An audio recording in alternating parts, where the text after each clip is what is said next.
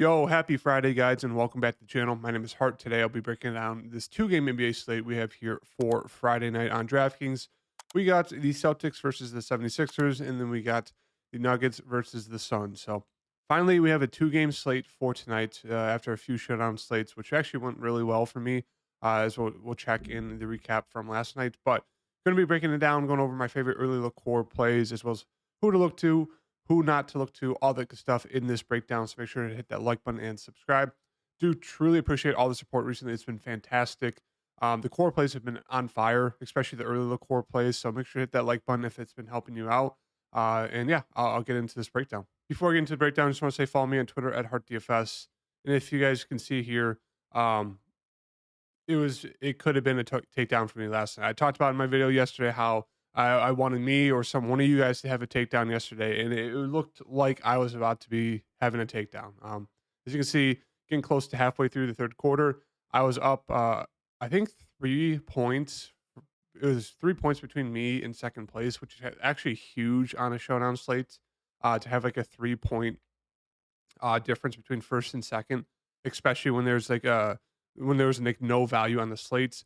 But as you can see, of course, I never run good. Random massive 32-point blowout there to put me in 11th place at the end of the night. So that was just super, super frustrating. But yeah, recapping my lineup, the core players were obviously LeBron James in the captain spot. I talked about, I really liked him. He's only 6% in the captain spot. Absolutely insane. Do not know why he was so low owned in the captain spot. And just overall, 45% was very, very low owned. Everyone flocked to Steph in the captain and Anthony Davis in the captain. I talked about that. I'd rather pivot to LeBron.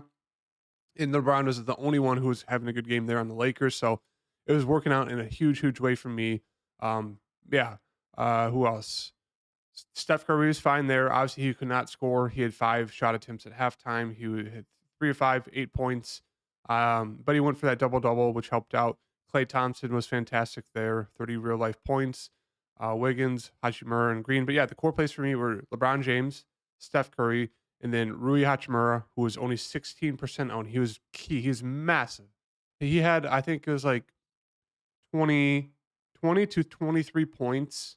I think it was like 23 or 24 points before the blowout happened. So he was a huge, huge part of it. I talked about how I really, really liked him as my favorite value play on the slate, how I really expected him to step up, have a huge game here.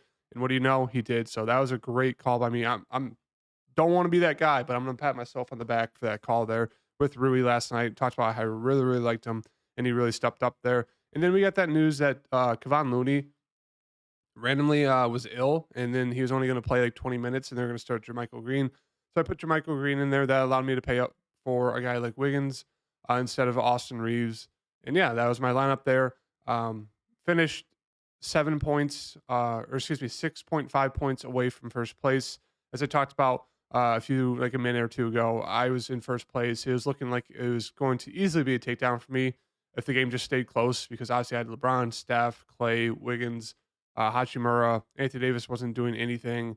So yeah, it was looking like it was going to be a takedown for me, but unfortunately, a 32-point blowout in that third quarter ruined it all. So yeah, I'll still take a top 10. Can't really complain about that, but would have been great if I got a takedown. It was right there, right there. Besides a 32-point blowout, it just a random massive blowout. 2 nights in a row, 2 nights in a row, like 2 nights ago for that Celtics game. My lineup was looking great. It was looking like I was gonna have a chance to get in the top 25, maybe even better. What do you know? A random massive 30-point blowout in the third quarter. The past two games, the Celtics and 76ers game 2 nights ago, and the Lakers and the Warriors game last night were the exact same games. If you guys did not notice, and what I mean by that is the Celtics got off to a hot start there in the first quarter. 76ers kind of came back, kept it close. At the end of the second quarter, I think the Celtics were up 8. Kind of the same thing with the Lakers. The Lakers are up, or excuse me, the Warriors are up like 10 last night, 10 or 12. So it was relatively the same scoring there. It felt like the Celtics were trying to pull away, blow them out. The 76ers kept it close, 8 points at halftime. Same thing with Warriors. Warriors are kind of blowing them out. The Lakers kept it close, 10 12 points at halftime. Both games were like a 10 to 12 point game halfway through the third quarter. And by the end of the third quarter, both games were 32-point blowouts.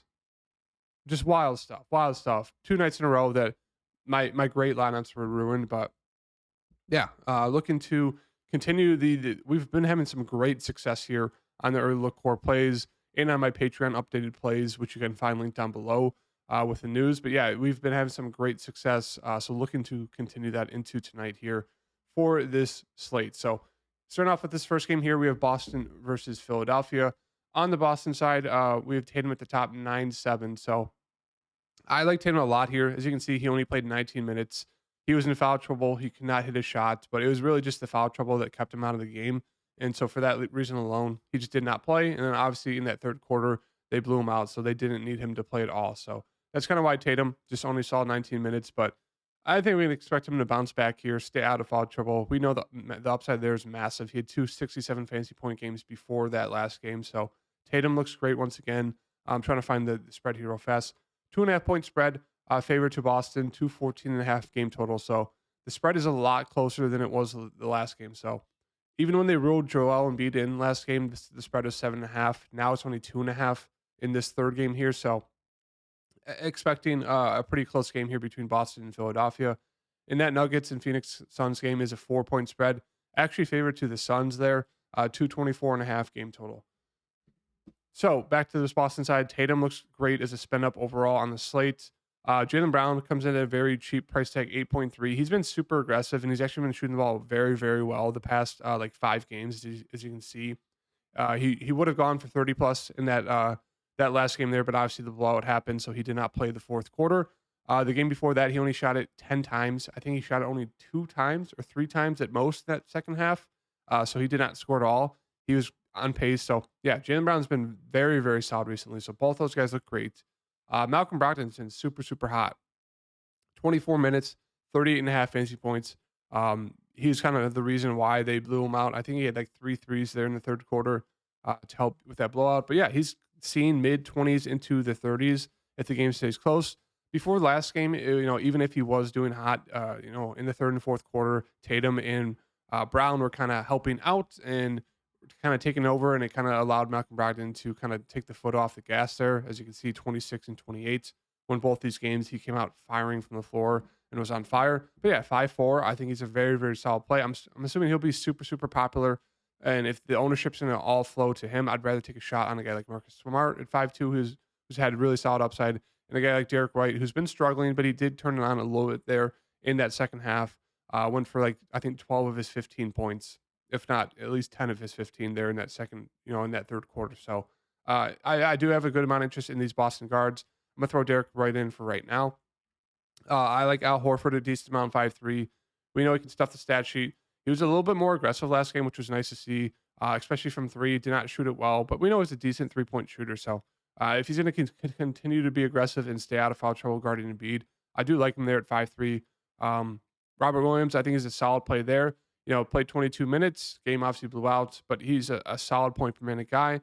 And if you think Al Horford's going to struggle with Embiid, Robert Williams is the main backup there. So he looks really solid. And then Grant Williams, I talked about him last slate, how I really liked him, is like my favorite value play on that, or not last slate, but 2 slates ago when the Celtics played, how I really liked him. And he came out, I think he played like 20 to 23 minutes before the blowout happened. And then obviously got like 6 or 7 minutes in that blowout in the fourth quarter.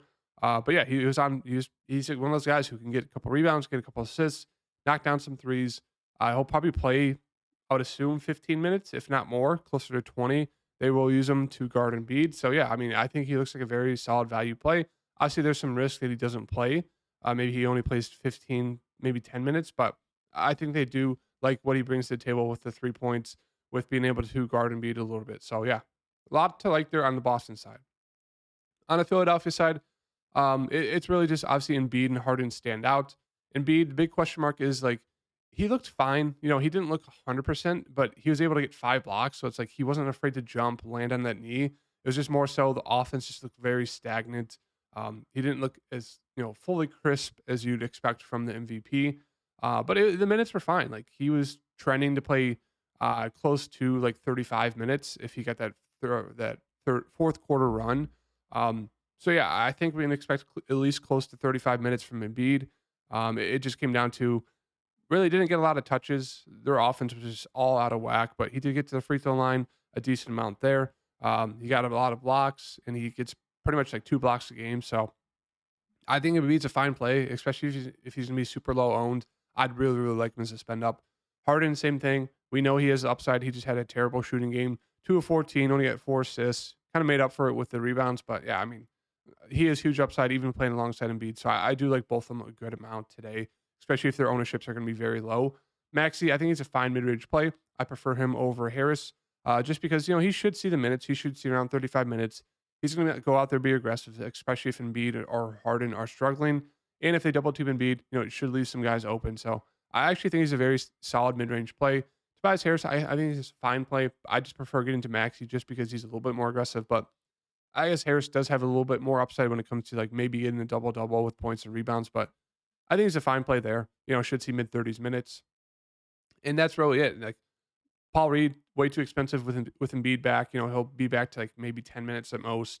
Melton, I think is a fine value play. You should see anywhere from like 15 to 25 minutes, depending on if someone gets in foul trouble, if they need someone to hit a couple shots off the bench there. So I think he's a fine value play there at 4,100. PJ Tucker, an absolute dart throw. He should see mid 20s minutes, maybe closer to 30, if depending on how well he's doing defensively. So I guess he's an absolute dart throw there for the Philadelphia side. Moving on to Denver and Phoenix. For the Denver side here, Jokic, obviously, if you feel great with the value, Jokic is a fantastic play. They just still haven't been double teaming him, and he's been super, super aggressive, as you can see here. 21 shots in the first game, 30 in the second game. So if he continues to be that aggressive, I love Jokic as a spend up. I'm not sure if we can expect that to happen. Maybe we can. I mean, it's been 4 straight games of him shooting the ball pretty much 25 times or more. So it looks like he's going to continue to be super aggressive. That was a big question mark with Jokic during the regular season. Is there'd be games where he'd shoot 10 or less times in a game, and he'd still go for a triple double, but it'd be like a 50-point triple double. But now that he's shooting 25 plus times, it's really hard not to love Jokic here in this spot against the Suns, who have absolutely no defense. Jamal Murray, love his price tag, 7,900, coming off a terrible shooting game there. Before that, and he was fantastic. I'm expecting him to be super popular, but really hard not to love him here against this matchup. Campaign, whoever they start at point guard, Jamal Murray should be absolutely able to cook them. So love that price tag for Jamal Murray. In this mid-range, Aaron Gordon and MPJ, I think are both, fine contrarian plays there. They both have a decent upside. It's just, really just a dart throw on when you think that's going to happen. MPJ's kind of been struggling the past 3. So if you think he comes out, hits a few shots, he could really get it going there. Go for, 30, 35, even 40 plus if he's scoring pretty solid. So yeah, I think they're both fine contrarian mid-range options. KCP, he's an okay play. Like his minutes are all over the place. Sometimes he'll play mid-20s if he's struggling or in foul trouble. And then sometimes if he's actually doing well, he'll go out there and play close to, 35, maybe even close to 40, like we saw that last game. So yeah, I think he's more just a risky, I guess, value option there at 4,500. Bruce Brown, I think he's a solid value option. Should play mid-20s minutes. It's just sometimes he's not productive. Sometimes he is. But I think he's still a very solid play there at 4,400. He'll be one of the more popular value plays of the day once again. And that's really it. I mean, sure, you could take a dart throw on Jeff Green. I think I'd almost prefer PJ Tucker to Jeff Green in terms of value. But yeah, they're both kind of the same thing. They're both priced about right, or priced about the same as well. So yeah, I think they're both viable dart throw plays there. And then on the Phoenix Suns side, obviously the big news here is no Chris Paul. So it'll be interesting to see what they do with the starting lineup. Obviously, we know Durant, Booker, and Ayton will all start, but will they start campaign? Will they slide down like a Booker to the point guard and then bring in Craig or Damian Lee off the bench, or like a Craig, a Koji off the bench, or even like a Shamit? We'll have to wait and see. But obviously, I love Durant and Booker. Really hard not to play both of them in your lineup just because of the minutes. 44 minutes. Like we're back to killing Kevin Durant. Kevin Durant, if they don't win the championship this year, I don't know if this man will ever be able to play again, just because Monty Williams is absolutely killing this man with minutes. This dude is aging 5 years a day just because of these minutes. He's playing the whole game, and he's like 75 years old. It's wild. I mean, they need it, but yeah, it's hard not to love Durant, hard not to love Devin Booker. They're playing a ton. They're shooting the ball a ton. So they look like the best spin ups just in terms of their minutes, right? Their minutes are insane compared to the other stars. They're pretty much guaranteed 45 minutes a game each. It's wild. Ayton looks like a decent contrarian option there in mid range. Obviously, there's a lot of foul trouble guarding guarding Jokic.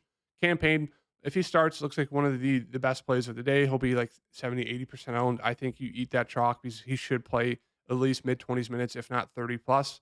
So I'm assuming he'll start. If he comes off the bench, I still think he's a solid play there. They should need him to come in and fill in for that point guard role. So I'm just going to throw him in there for now. Obviously, what to wait for the news. I'll have updates on my Twitter and on my Patreon link down below. And then into the more this kind of the question marks is Damian Lee played 26 minutes last game. I'm assuming he'll get at least 15 plus minutes tonight. So you could definitely look to him as like a viable value dart throw. Same thing with Torrey Craig. He'll probably start. He'll probably play mid 20s minutes. I'm assuming Okoji will get thrown in there for mid 20s as well. I do think we expect these guys to be a little bit more aggressive. Without Chris Paul, I do think they'll rely on obviously Kevin Durant and Booker a good amount, but then they'll need some like a third guy to step up here, maybe even a fourth guy to step up offensively and hit some shots. So it's like Damian Lee is a good shooter. Torrey Craig has hit some shots before. Okoji can hit some shots. So it's like maybe it gets spread out, but you can definitely take a shot on these guys here if you're looking for some riskier dart throws. Honestly, it'll help. It'll help us kind of know who to take that shot on when we get the starting lineup. That's something we have to hopefully wait for, but hopefully get soon. Otherwise, it's a 2.5 hour difference between the first game and the start of the second. So you might have to build your lineup around taking those risky shots to get different from the field. But that's about it. Maybe we could expect a little bit of Shametz or Ross, but I think we're going to just keep it with what it is right now. And yeah, to throw in a fourth player right now, I'm just going to go with Devin Booker. He's been super aggressive, a little bit more consistent compared to Kevin Durant. But yeah, I mean, they both look fantastic. I'm interested to see what the ownership will be like on Embiid because if he's going to be super low owned compared to Brown, Harden, Tatum, Durant, Jokic, and Booker, I'm going to go to Embiid as well. So these are the four early core plays. You get a piece from the Denver game, you get a piece from the Sun side, you get a piece from the Sun side with campaign, and then you get some Derek White as well. So these are four core plays. Make sure to stay updated with me on Twitter. Follow my Patreon link down below. Hit that like button. I'll see you guys in the next video. Peace.